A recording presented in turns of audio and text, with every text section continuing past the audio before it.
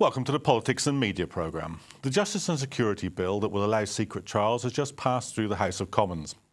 High-profile human rights lawyer Philip Sands became the latest figure to resign from the Liberal Democrats in protest at the party's support for the bill. But he's far from the only senior legal figure in the profession who's expressed opposition to the new law. Let's take a look at this report. 4 prominent Liberal Democrat supporters left the party over the last week in protest against the proposed Justice and Security Bill. For me, therefore, today is a sad day at the end of a very sad week, because I have come to the conclusion that I cannot continue to campaign to uphold values of fairness, freedom and openness from within the Liberal Democrats under its current leadership. The bill in its current form would see the introduction of so-called secret courts. Evidence could be used in the trial which would only be seen by the judge and just one of the parties. At the moment, cases involving national security matters have been settled by the state, as trials were impossible due to the nature of the information. The government argues that by allowing evidence to be given in secret, the security services can be held more accountable. Closed material procedures apply only in a very small category of cases. This is in cases where people are suing the intelligence services on the basis that they're claiming that they were mistreated. In cases like this, the intelligence services sometimes are unable to defend themselves, because to do so would mean giving away the names of people who are risking their lives to this country. So we have to have a special procedure for those kinds of cases. It's not an ideal arrangement, but there is no ideal arrangement. At the moment, what is happening is very often we're paying out money because the government cannot defend itself. Closed material procedures could involve allegations of torture and rendition. The bill has ping-ponged between the House of Commons and the House of Lords, with the Lords recommending further safeguards to prevent possible cover-ups of wrongdoing. However, MPs have rejected these safeguards, including 50 out of 57 Liberal Democrats. This has caused a backlash from civil liberties campaigners who fear the end of open justice. Over the centuries, the British justice system has established an adversarial system. So you have one side stand up and give its side of the case.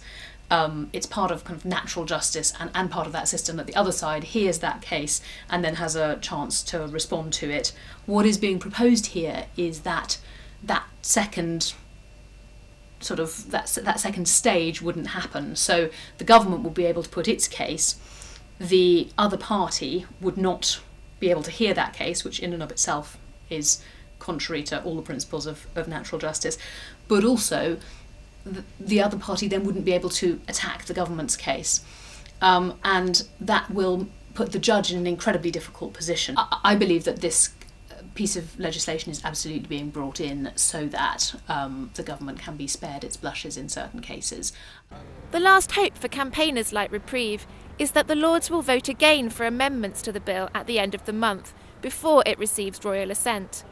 But with the deciding vote lying with Parliament, it seems likely the bill will soon become law. Charlotte Hawkins, Islam Channel. With me to discuss the issues are Labour MP Andrew Slaughter and Liberal Democrat MP John Hemming. Welcome to the programme, both of you.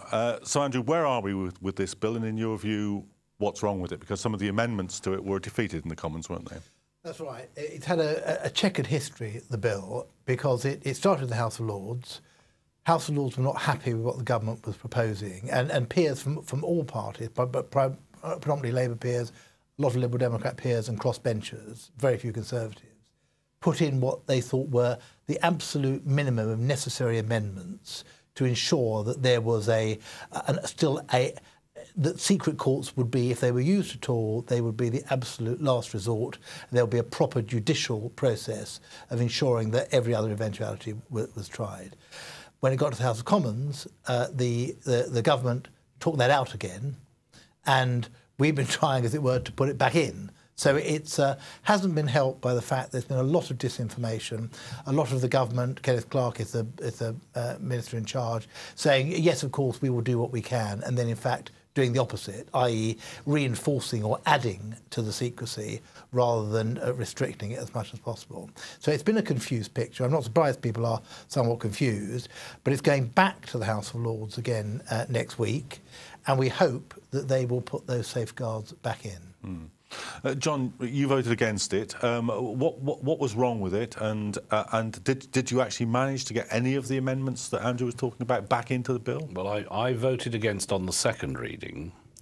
I voted for all the Labour amendments against my own government, and I voted against on the third reading. And my concern is a general concern about secret judicial proceedings, and I have spent a number of years studying secret judicial proceedings. So in this country we have the family court, and we are now in a situation where a number of other countries are complaining about strange decisions in the family court, where if there was an objective review of what's going on, people would say it's nuts. All right, lots of nutty decisions persecuting people. There was a case last August, a woman was imprisoned for contempt for 5 months on the basis that she took her father to see a lawyer. Now, these are all secret decisions. There's an anonymous judgment there, so it's that part's in the public domain, but that's unlawful because according to the civil procedure rules, you're supposed to declare who somebody is when you jail them. So we lock people up in secret. It's wrong. If you look at the issues with the most high-profile privacy case, that of Ryan Giggs, the original judgment was wrong, and that was accepted later on in the case. And those are cases where the party, who is being sometimes prosecuted by the state in secret, the party actually does know what the evidence is against them. Now, with closed materials proceedings, the party concerned doesn't know what the evidence is against them. And frankly, it's completely wrong. And you will not get reliable decisions. The system doesn't work in secret because courts exist in a pool of reality that is separated from the real world. You don't have academic scrutiny. There's a lot of perjury that goes on. The whole thing is rubbish. So why do you think that the government is so keen to push through something which, as you say, seems to fly in the face of the entire kind of tenor of British justice going back to the 17th century? Well, I think it's part of a cover-up, because if this country has been involved in kidnapping people and sending them off to dictators in Libya, then that should be something we're aware of. And I just feel there is a great, and I said this back in October in Parliament, there is a great tendency in this country to cover things up, and I think it's very wrong. We are getting less transparency, not more transparency. We don't know where we're at today on the Leveson issue, but that has the tendency to cover yet more things up. And it's very, very dangerous because it allows the powerful to get away with wrongdoing in secret without being held to account. And you know, you go back to the one that's gotten almost no coverage. Although I went to the BBC and I said, well, they said this woman looks a little bit of a nasty piece of work, so it sounds entirely reasonable to lock her up for 5 months for taking her dad to go and see a solicitor, amongst other things. And I just think it's very dangerous, and it doesn't work well. Andrew, is that your reading of why the government's ramming this through? Well, first, John is right that although these are quite technical and sometimes quite difficult to understand points, they are absolutely fundamental to the way that British justice works. First of all, it has to be open wherever possible. Not every decision can be. There are national security considerations, but there should be a bias in favour of openness. Wherever possible, things should be held in public. But secret courts go further than that because, again, as John says, what they do is it's not just the public and the media not knowing what's happening. One of the parties will not know the case against them in all cases. And that's why, although there may be relatively few cases and there may be relatively technical issues, it's a fundamental importance, both to getting justice for individuals, but also to the reputation of British Justice Board. And that's why I think it's become such a major issue in that way. What's your response, gentlemen, to the idea that some of the proponents of the bill say that it will put the security services under greater rather than less scrutiny? Do you think there's anything in that or not? Well, there's a possibility that in a case, a very rare case, it may be in the interests of, don't forget, we're talking about civil cases here. A typical case would be where someone who has alleged they've been tortured or in some way been harmed by the British state is suing for damages. So it's not about national security in that overt sense or protection of the public. It's about people getting their just deserts in that way. And therefore, it doesn't come down. There's never been a case where national security information has been revealed in open court. And if this is actually about reputational damage to security services or not wanting dirty linen washed in public, it doesn't seem to us that's a good reason for breaking these century-old traditions of British justice. John, I think you need to understand there's aspects of how decisions are taken by political organisations and governments. The motivation within the civil service, within the bureaucrats for the decision, can be entirely different to the motivation that they've persuaded the politicians to have. So the politicians may be persuaded on the ground of this is costing us a lot of money, when in fact you can avoid costing the money by just simply going ahead and using PII certificates to protect sensitive. I'm not somebody who says there should be nothing like a PII certificate. I accept we need to protect informants. I don't deny that. I also think the media need to be able to protect informants, so I would want to protect that as well. So I don't say that there is no limit. What I would say is that if you've got, say, something which is an allegation of torture, which is an Article 3 thing, there's no unqualified right. There's no qualified right to not being tortured, as in there's no defence saying, well, it was all right. So the fact that the government have been involved needs to be proven by somebody else. So they're not going to necessarily get the evidence to prove it, but you cannot see how that process there does anything other than cover up what's been going on. And so it's not given proper public scrutiny. And if we are going around kidnapping people and giving up people to Gaddafi, we should know. There's how can the system work without accountability? It can't. Andrew, do you think that, just to sort of go into the sort of internal politics of this a little bit, do you think there's a kind of now, at least among Labour MPs, a sense that the kind of drive that came out of the whole war on terror has led to a series of sort of decisions that have restricted civil liberties, and that we've got to a point where this is really too much now? I think there are mistakes that we made in government, which I hope that we are reassessing now, which is why the Labour Party has voted in favour, as John mentioned, the amendments we put forward, which were to support what the House of Lords and the Joint Committee on Human Rights had done in ensuring that there was maximum openness and maximum restriction. Now, the Conservative part of the government has taken the opposite view, with 3 or 4 honourable exceptions. There are 3 or 4 Conservative MPs who are very good on this, like Andrew Tyree. The disappointment, I have to say, and John is exonerated from this, he's one of the 7 Lib Dem MPs who voted with us, is that the majority of Lib Dem MPs were whipped to vote with the Conservatives in favour of secret courts. And I think that's very disappointing. And I know they're in coalition and there's a lot of pressure on them, but this was supposed to be one of the fundamental tenets of the Liberal Party, to be in favour of civil liberties. And with their support, and we're still hoping to get their support in the Lords next week, we can overturn the government legislation here. And John may not want to comment on his colleagues in that way. As I say, he voted with us. I'm pleased about that. So did 6 other Lib Dems. But if we'd had a majority of Lib Dem MPs voting with us, then we wouldn't be in the situation we are. So, John, do you think that the tension inside the Liberals is such that you will get more people rebelling? Because, I mean, Andrew's right, isn't he? There's a historic association between the Liberals and yeah, I think civil one of liberties. the difficulties with something like this is that people come out with something unacceptable, as happened, and then there is a sort of discussion that goes on, which isn't necessarily in public. A discussion goes on saying that's not acceptable. Then the various things are offered to make it more acceptable. Now, I fall into the category of people, perhaps because I see so many corrupt secret court proceedings in this country which involve people lying for money, that I see it as being fundamentally wrong, and that sort of having fewer of them doesn't make them any better. Whereas other people have been persuaded by this compromise, we've got this change to it, that change. Things like they call the equality of arms issue, that another party can go to court and require closed materials proceedings. It's a nonsense. It's not going to happen. There's no circumstances.